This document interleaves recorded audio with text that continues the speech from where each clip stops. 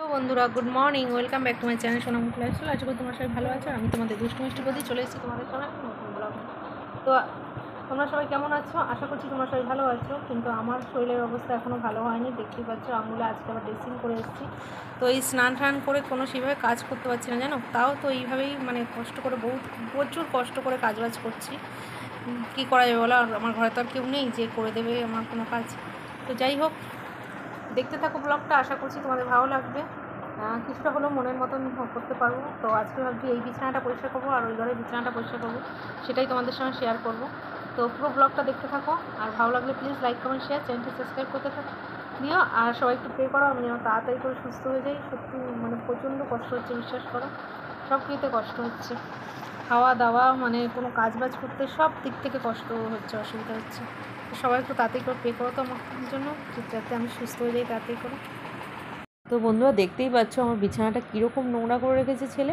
আমি অনলাইনে কিছু রান্নাঘরের কয়েকটা কৌটো অর্ডার করেছিলাম। তো সেই ডাব্বাগুলো আমি রেখে দিয়েছিলাম যে যদি কোনো কারণে দরকার পড়ে, তো সেগুলো নিয়ে দেখো ছেলে কী অবস্থা করেছে, আর তার মধ্যে শশাগুলোকে ঢুকিয়ে খেলা করছিল।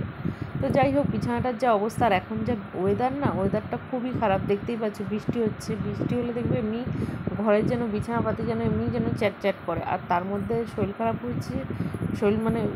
হয়েছে মানে কি, দেখতেই পাচ্ছি আমি এমনি অসুস্থ। তার সারাক্ষণ শুয়ে থাকি, বিছানাটা যেন আরও আঠা আঠা হয়ে রয়েছে। তো ভাবলাম চলো যতই কষ্ট হোক না কেন একটু বিছানাটা চাদর দুটো চেঞ্জ করি, এই ঘরটাও চেঞ্জ করি। কারণ এই ঘরটায় না এখন কী হয়েছে বলতো, এই ঘরটায় সারাদিন শুয়ে থাকা হয়, আর ওই ঘরটায় শুধু রাত্রেবেলা যেয়ে শুই। তো ওই ঘরটা যাও মানে একটু পরিষ্কার থাকে, এই ঘরটা একদমই থাকে না।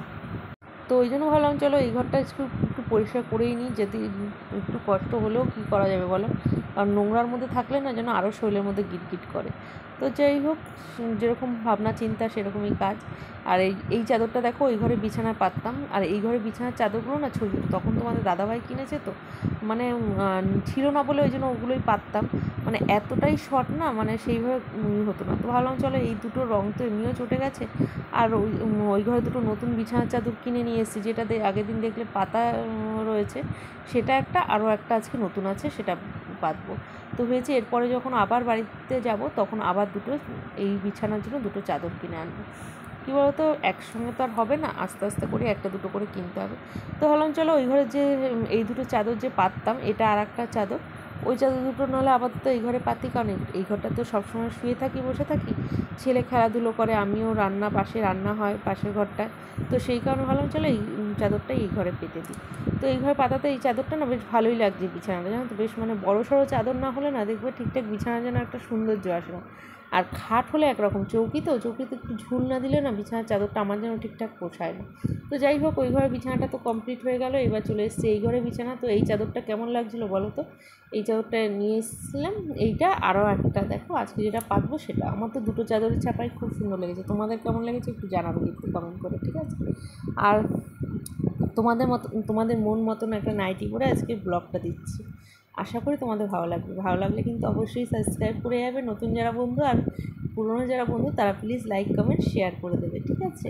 তো আমার না সাদা চাদর পাততে খুব ভালো লাগে বিছানা। আগে আমি যখন আমার ছেলে হয়নি তখন আমি খুব সাদা চাদর ইউজ করতাম, এমনকি সাদা নাইটিটাও বেশিরভাগ পরতাম। কিন্তু এখন আর সেটা হয় না, কারণ ছেলে ছোট, বুঝতেই পারো, বাচ্চা যাদের ঘরে আছে তারা জানো বাচ্চারা কত দুষ্টু হয়, সাদা জিনিস পাতলে মানে থাকেই না। যে এইবার এই কারণেই নিয়েছি, যেহেতু আমার ওই ঘরটায় বেশিরভাগ শুয়ে থাকা বসে থাকা হয়, এই ঘরটায় সেইভাবে রাত্রিবেলায় এসে শোয়া হয়, ওই কারণে এইবার সাদা চাদর নিয়েছি। এবার ভেবেছি কি দুটো সাদা চাদর নেব, আরও দুটো, কারণ এই ঘরটায় যেহেতু এখন রাত্রিবেলা শুধু শুতে আসি, তো সেই জন্য এই ঘরে দুটো সাদা চাদর পেতে রাখলে বেশ ভালোই লাগবে দেখতে।